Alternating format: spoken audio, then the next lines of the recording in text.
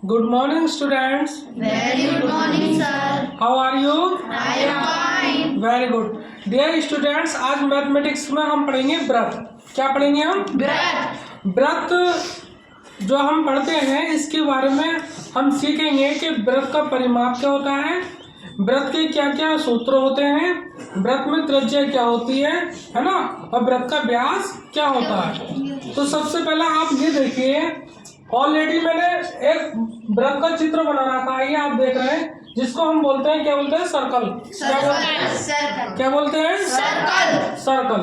अब देखिए इसी सर्कल में जो पॉइंट दे रखा है इसका नाम है केंद्र। क्या नाम है? केंद्र। तो इस वाले केंद्र से जो इधर का पोर्शन है जिसे हमने दर्शाया है आर से, किससे? आर से। आर का मतलब क्या होता है?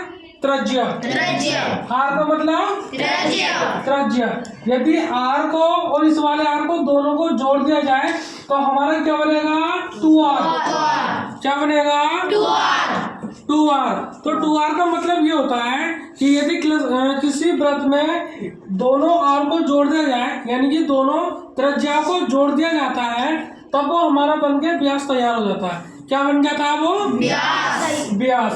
अब देखिए, अगर हमें व्रत के अंदर त्रिज्या निकालनी है तो हम क्या करेंगे? व्यास का क्या करेंगे? व्यास का आधा। कब करेंगे व्यास का? जब हमें त्रिज्या निकालनी है। क्या निकालनी है? अगर हमें व्यास निकालना है तो हम त्रिज्या का क्या करेंगे?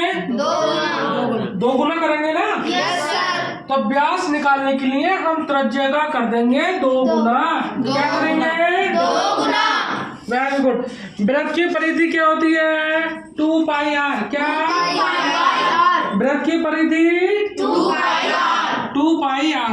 अगर आपसे पूछा जाए कि व्रत का क्षेत्रफल क्या होता है तो यह होता है πr²।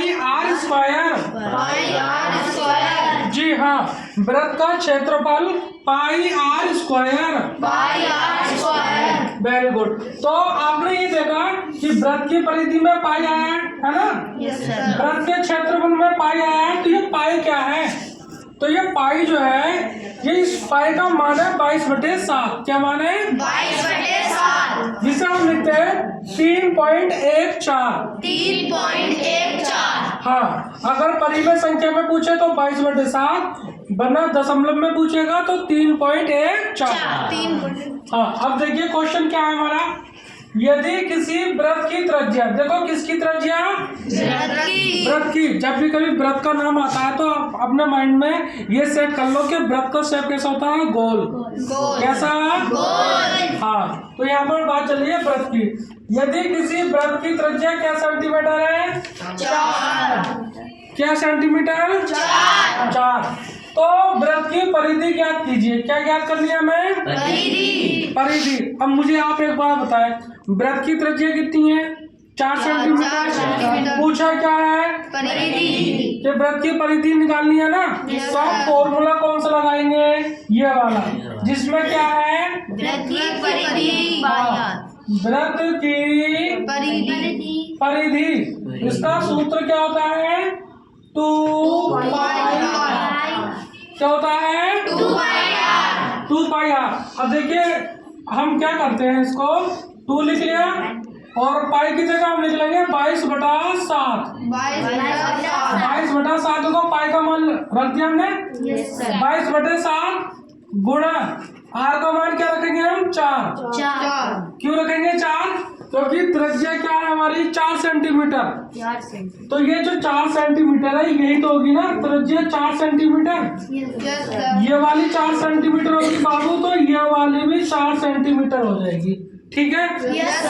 तो दोनों त्रिज्याएं कितने सेंटीमीटर हो गई? 4 हो गई ना? तो जब त्रिज्या 4 सेंटीमीटर हो गई तो हम लिख सकते हैं यहाँ पर 4 सेंटीमीटर त्रिज्या। तो व्यास हमारा कितना हो जाएगा? 8 सेंटीमीटर। कितना सेंटीमीटर? 8 सेंटीमीटर। क्योंकि व्यास जो होता है वो त्रिज्या का क्या होता है? 2 गुना। त्रिज्या का 2 गुना। अगर त्रिज्या 4 सेंटीमीटर है, किसी व्रत की त्रिज्या 4 सेंटीमीटर है, तो उसका व्यास जो हो जाएगा ना वो 8 सेंटीमीटर हो जाएगा। कितना सेंटीमीटर? 8 सेंटीमीटर। तो यहाँ पर पूछा है व्रत की परिधि। वृत्त की परिधि का जो फॉर्मूला है वो मैंने आपको बता दिया 2 पाई आर। क्या है? 2 पाई आर। Very good. देखो 2 का 2 रहेगा, पाई का मान 22/7 जो मैंने आपको बताया है, और आर का मतलब त्रिज्या कितनी है? 4 सेंटीमीटर। अब हम क्या करेंगे, इन सबका मल्टीपल करेंगे। देखो 2 का मल्टीपल करेंगे 22 से, तो हमारा कितना हो जाएगा? 44 और मल्टीपल 4 और बटे में कितना? 7। तो अभी तो ये आंसर नहीं आया, तो अभी हमें और क्या करना है? और मल्टीपल करना है। तो हम गुणा करेंगे, बताओ कितना आया? 4 चौक 16, 4 चौक 16 और 1 17, 176/7। ये तो आया ना? Yes sir. अब हम क्या करेंगे, अभी तो ये हमारा डेसिबल में नहीं बना है।